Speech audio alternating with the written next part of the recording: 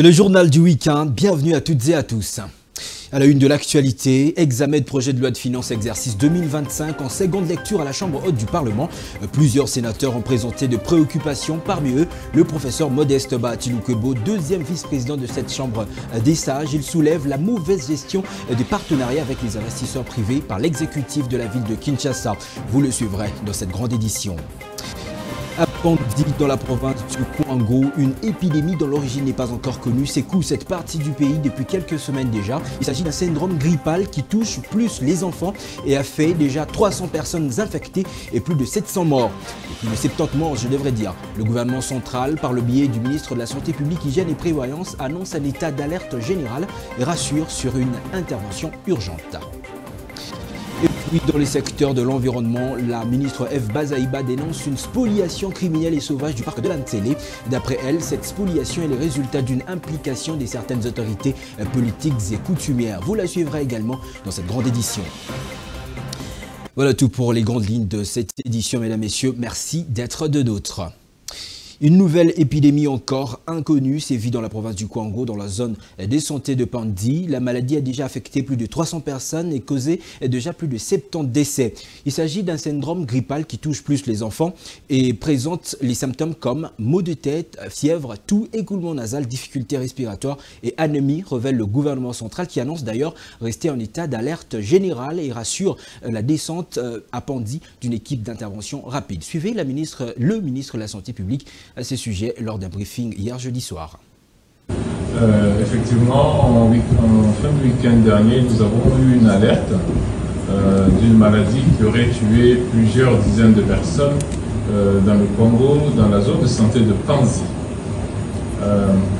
Rapidement, la zone de santé de Panzi se trouve à 417 km de Kenge. C'est une zone très très éloignée, avec une route très très difficile. Surtout en période de pluie. Et donc cette alerte faisait état d'une maladie qui donnait plusieurs symptômes que nous pouvons maintenant établir comme d'abord la fièvre, c'est une maladie fébrile, avec de la toux, avec de la rhinorrhée, c'est-à-dire le nez qui coule, et avec des maux de tête, des céphalées. Et aussi, on a remarqué qu'il y avait beaucoup d'anémie, donc les gens qui n'avaient pas assez de sang. On se rend compte en fait que cette zone de santé est malheureusement frappée par un taux de malnutrition très élevé chez les enfants, qui frôle les 60%, et donc avec des conditions de santé générale très difficiles. Et l'alerte nous parlait de plusieurs dizaines de morts, il y en a même qui ont annoncé des chiffres de plus de 140 morts. Et donc nous avons dépêché immédiatement une équipe. Et à cause de cette route difficile, l'équipe est arrivée 48 heures après. Et nous avons donc maintenant les éléments de l'équipe qui est sur place. Et ces éléments-là nous font penser que c'est un syndrome probablement grippal que ça se présente, c'est-à-dire que fièvre, toux, le nez qui coule, et qui se termine parfois par une détresse respiratoire. Et on voit que c'est plus les enfants qui sont touchés parce qu'il y a 40% d'enfants de moins de 5 ans qui sont touchés. Alors nous avons dénombré dans les centres de santé au total 30 morts. Ce matin, j'avais parlé de 27 morts, mais parce que l'équipe est sur place et voit vraiment en détail, et donc nous savons qu'il y a 30 morts. Et cela a commencé probablement fin octobre. C'est l'enquête qui est faite montre que ça a commencé depuis quand même à peu près un mois. Et l'alerte a été donnée, donc, comme j'ai dit, le week-end dernier. Procès Corneille-Nangaa et complice. La haute cour militaire jugeant au degré d'appel Vinci prévenu de l'AFC de Corneille-Nangaa a rendu son verdict dans la soirée d'hier jeudi 5 décembre 2024 à la prison militaire d'Ndolo. Les dispositions prises après le verdict sont l'exécution immédiate de la peine des morts contre les condamnés présents à Kinshasa, le lancement des mandats d'arrêt internationaux contre Nangaa et alliés, la vente aux enchères de leurs biens meubles et immeubles pour indemniser les victimes de la guerre. Le ministre de la Justice a fait cette annonce à l'issue de cette dernière audience de procès. C'est une grande satisfaction pour la République et pour le peuple congolais. La haute cour militaire a confirmé la condamnation à mort de tous les criminels qui ont été appréhendés aux côtés de M. Corneille-Nangaa. qui ont décidé de trahir la République et de servir les intérêts du Rwanda. Comme vous le savez, la République démocratique du Congo a levé le moratoire sur la peine de mort. À cet effet, nous, en tant que ministre de la Justice, nous allons veiller que la peine de mort soit exécutée contre les condamnés, en tout cas les 5 qui étaient appréhendés et sont sur place ici à Kinshasa. Nous allons veiller également à lancer de mandats d'arrêt internationaux contre M. Corneille Nangaa et ses affidés en fuite. Révision ou changement de la Constitution, les sujets d'effraient encore la chronique. La confession religieuse Église du Christ au Congo veut donner de la voix sur ce sujet qui suscite autant de passion. Dans un communiqué parvenu à notre rédaction ce 5 décembre, l'Église du Christ au Congo annonce qu'elle va, dans les prochaines semaines, réunir son comité exécutif national afin de proposer ce qu'elle appelle déjà des solutions idoines et consensuelles. Trésor Carly Tombi. La position de l'Église du Christ au Congo sera connue lors de cette rencontre, prévue dans les prochaines semaines. Son président national, le révérend André Bokundoa, dit suivre avec attention les débats autour de la Constitution et dans l'optique de donner sa position sur cette épineuse question qui marque l'actualité. Depuis plusieurs semaines, l'ECC annonce la tenue de la réunion de son comité exécutif national. Pour l'Église du Christ au Congo, ces assises constitueront une piste de solution en vue de lui permettre de proposer des solutions idoines et consensuelles aux défis auxquels fait face la République démocratique du Congo. Face au climat de tension qui crée le débat au sein de l'opinion sur la question de la révision ou changement de la Constitution, l'ECC réitère son appel aux fils et aux filles du pays à privilégier les cadres consensuels et apaiser pour toute initiative relevant de l'intérêt supérieur de la nation. Le projet de loi de finances exercice 2025 en seconde lecture au Sénat suscite autant de préoccupations des sénateurs. De leur nombre, Modeste Bahati-Lukwebo, l'élu des élus de Sud-Kivu et deuxième vice-président du bureau de cette chambre haute du Parlement. Tout en saluant les efforts du gouvernement dans l'augmentation du budget de l'État, le professeur Modeste Bahati-Lukwebo soulève le problème décrété de l'État de la ville de Kinshasa qui exige de partenariats avec des investisseurs privés. Mais pour y arriver, Modeste Bahati-Lukwebo exhorte le pouvoir exécutif à respecter les engagements qu'il prend avec les partenaires tant publics que privés. Au niveau du Parlement, il appelle à plus de contrôle de l'exécutif afin d'accroître la mobilisation des recettes susceptibles de permettre l'amélioration des conditions de vie de la population. Suivez le professeur Modeste Bahati-Lukwebo. Vous vous imaginez, on réalise un ouvrage de plusieurs millions de dollars, on prend des crédits dans les banques, on a signé des documents, on a pris des engagements, au lieu qu'on puisse mettre directement en exploitation l'ouvrage qui est déjà prêt, et en essayant de faciliter les voies d'accès. J'ai suivi le gouverneur de la ville de Kinshasa, Daniel Kumba, qui a dit qu'il s'y mettait pour que rapidement ce marché soit opérationnel. Eh bien, on dit non, non, ça c'est un engagement qui ne nous concerne pas. Moi je pense que de telles attitudes découragent les privés et les investisseurs. C'est-à-dire nous devons respecter les engagements. Si nous les respectons, vous verrez qu'il y aura des privés qui viendront, même tout ce que nous avons ici comme immondices, comme déchets organiques et autres, il y a des privés qui sont prêts à venir transformer cela en énergie ou en tout cas en biogaz de manière à ce que nous puissions en tirer avantage et que nous puissions vivre dans un environnement sain. Je parlais tout à l'heure du sérieux aussi qui doit nous caractériser dans la prise des engagements. Et nous devons quitter l'esprit de la pauvreté parce que nous ne pouvons pas comprendre, et j'espère que notre commission de suivi va faire son travail correctement, que même pour consommer des crédits, lorsque nous avons ratifié des accords, on nous accorde des prêts, des dons, mais parfois nous n'arrivons même pas à les consommer. Pour réaliser des études, c'est tout un problème. On croit qu'on peut venir, on commence à construire une route sans études. Non, ce n'est pas possible. À Kinshasa, le parc de l'Antélé, patrimoine historique, emblématique et écologique du pays, ferait l'objet d'une spoliation criminelle et sauvage, dénonce la ministre de l'Environnement en marge de la journée nationale de l'arbre célébrée chaque 5 décembre. Déjà, avant elle, le corps pour la protection des parcs nationaux avait levé le ton pour dénoncer la spoliation des aires protégées sur l'ensemble du territoire national. À en croire F. Bazaïba Massoudi, cette spoliation reste le résultat d'une frange des autorités politiques et coutumières. Suivez-la dans cet extrait choisi par Ebenezer Bwanga Wenamoyo.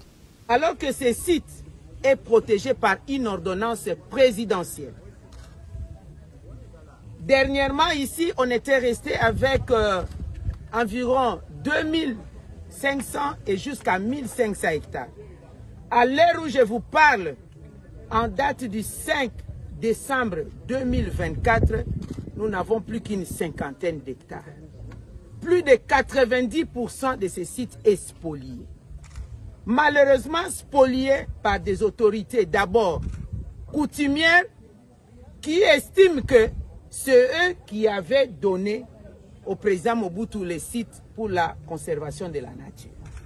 Étant donné que le président Mobutu n'est plus, ils s'approprient maintenant leurs terres en oubliant que les chefs coutumiers ne sont que des gardiens des terres. Mais le sol et le sous-sol appartiennent à la République démocratique du Congo, qui en est la propriété. Le gouvernement congolais reconnaît l'existence du pouvoir coutumier, mais en tant que gardien des terres, car la propriété, c'est l'État congolais. Deuxièmement, les spoliateurs, les bénéficiaires de cette spoliation, ce sont des autorités militaires, politiques et administratives. Si vous faites l'inventaire ici partout, vous allez voir les titres, les galons qu'on va vous donner. Et ce sont là les mêmes personnes qui sont appelées plutôt à protéger la terre congolaise.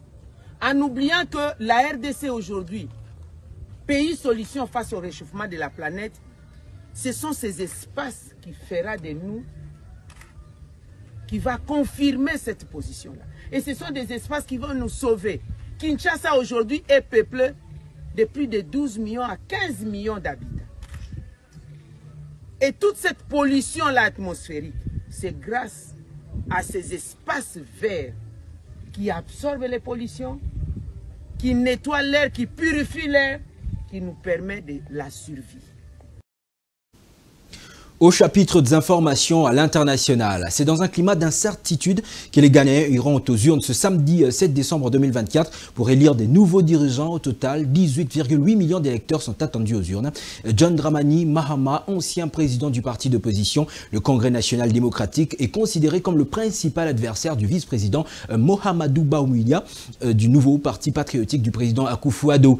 Ces élections s'organisent pendant que le pays sort lentement et timidement d'une crise ayant nécessité un prêt de 3 milliards de dollars américains du Fonds monétaire international. Et puis, nous en avons parlé hier, le climat politique français reste à la une de l'actualité internationale.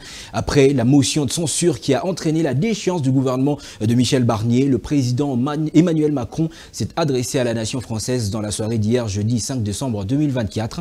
Sur un ton ferme, l'actuel locataire du palais de l'Élysée fustige une course présidentielle avant l'heure amorcée par ses opposants, dont le Front national de Marine Le Pen. Et s'engage tout de suite à nommer un nouveau Premier ministre qui devra réunir toutes les forces politiques du pays pour éviter une autre censure en répondant d'ailleurs urgemment aux besoins des Français. Suivez Emmanuel Macron, le président français. À partir d'aujourd'hui, c'est une époque nouvelle qui doit commencer, où tous devront agir pour la France et où il faudra bâtir des compromis nouveaux. Parce que la planète avance, parce que les défis sont nombreux et parce que nous devons être ambitieux pour la France. Nous ne pouvons nous permettre ni les divisions, ni l'immobilisme. C'est pourquoi je nommerai dans les prochains jours un Premier ministre. Je le chargerai de former un gouvernement d'intérêt général, représentant toutes les forces politiques d'un arc de gouvernement qui puisse y participer ou à tout le moins qui s'engage à ne pas le censurer. Le Premier ministre aura à mener ses consultations et former un gouvernement resserré à votre service. Sa priorité sera le budget. Une loi spéciale sera déposée avant la mi-décembre au Parlement et cette loi temporaire permettra, comme c'est prévu d'ailleurs par notre Constitution, la continuité des services publics et de la vie du pays. Elle appliquera pour 2025 les choix de 2024. Et je compte bien qu'une majorité puisse se dégager pour l'adopter au Parlement. Les services publics fonctionneront, les entreprises pourront travailler, nos obligations seront tenues. Nos maires pourront évidemment, là aussi, continuer de fonctionner. Je les remercie encore de leur dévouement pour la nation. Puis, en début d'année, ce gouvernement préparera un nouveau budget. C'est nécessaire pour en effet protéger les Français des hausses d'impôts mécaniques liées à l'inflation, parce que je refuse que les Français paient la facture de cette censure. Et c'est aussi nécessaire d'avoir ce budget en tout début d'année prochaine pour permettre au pays d'investir, comme cela a été prévu, pour nos armées, notre justice, nos forces de l'ordre, mais aussi aider nos agriculteurs en difficulté qui attendaient le budget, ou venir en soutien à la Nouvelle-Calédonie. Vous le savez, je ne pourrai pas me représenter en 2027. C'est pourquoi le seul calendrier qui m'importe n'est pas celui des ambitions, c'est celui de notre nation. Au fond, celui qui compte pour vous, pour nous. Nous avons devant nous 30 mois. 30 mois jusqu'au terme du mandat que vous m'avez confié. 30 mois pour que le gouvernement puisse agir. En sport, Coupe d'Afrique des Nations handball 2024 senior dames, les Léopards dames de la République démocratique du Congo ont battu le Diable rouge de la République du Congo sur un score de 30-28 les après-midi de ce vendredi 6 décembre 2024 et termine à la 5e place au classement général. Plus tôt, juste après la fin de la course des Léopards en quart des finales face à la sélection égyptienne remportée par les représentantes du pays du Nil, le président de la République Félix-Antoine Tshisekedi Tshilombo s'est rendu au vestiaire du gymnase jumelé du stade de Martyrs de la Pentecôte pour encourager les joueuses congolaises et réanimer leur morale. Ça donnait à rien, mais vraiment à un petit rien, juste qu'on fasse une attaque et puis... donc ne vous en faites pas, ça va? Il y aura quand même la prime présidentielle pour l'honneur que vous nous avez fait. On rate la Coupe du Monde, c'est pas grave. La prochaine fois, vous ferez mieux. Vous avez fait jeu égal, ne vous en faites pas. Donc c'est vraiment... il n'y a pas de quoi se laisser abattre. Je sais que vous auriez voulu offrir la victoire à tout notre peuple, mais ce n'est que partie remise. Vous êtes jeunes, vous êtes forts. Et la prochaine fois, je suis convaincu que ce soit à l'étranger ou ici, vous ferez mieux. Maintenant, vous devez relativiser ça. Retenir les leçons d'aujourd'hui, des erreurs d'aujourd'hui, pour les corriger demain. Donc il ne faut pas vous laisser abattre. D'accord? Et moi, demain, je vous fais parvenir quand même une prime parce que vous avez fait honneur au pays. Alors, séchez vos larmes, soyez fiers de vous, levez les fronts et regardez tout ce peuple qui vous a soutenu avec le sentiment d'avoir fait votre devoir. D'accord? Allez, tenez bon les filles. Tenez bon.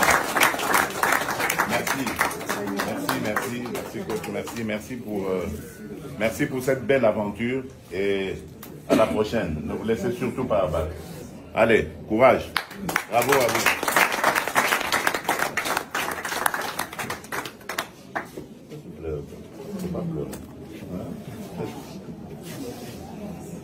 Voilà, allez. Soyez forts, hein. Demain, le ministre, tu vas les voir? D'accord. D'accord. Allez, merci hein, les filles. Merci, que Dieu vous garde. Merci. Compétition africaine interclub, on en parle dans cette grande édition. L'AS Maniema Union, l'un des clubs congolais engagés en Ligue de champions de la Confédération africaine de football, croise le Marocain de Raja Club de Casablanca demain samedi 7 décembre 2024 au stade de Martyrs de la Pentecôte de Kinshasa dans une rencontre comptant pour la deuxième journée de la phase de groupe de cette édition. Les hommes de Papi Kimoto restent sur un match nul enregistré face à Mamelodi Sundowns d'Afrique du Sud lors de la première journée le 26 novembre dernier, match à l'issue duquel l'équipe du Kindu a encaissé un petit point. C'est donc avec cette note sportive que nous finissons ce journal. Je vous en rappelle ses principaux titres. Examen du projet de loi de finances exercice 2025 en seconde lecture à la Chambre haute du Parlement. Plusieurs sénateurs ont présenté des préoccupations, parmi eux le professeur Modeste Batilukebo, deuxième vice-président de cette Chambre des sages. Il soulève la mauvaise gestion du partenariat avec les investisseurs privés par l'exécutif de la ville de Kinshasa.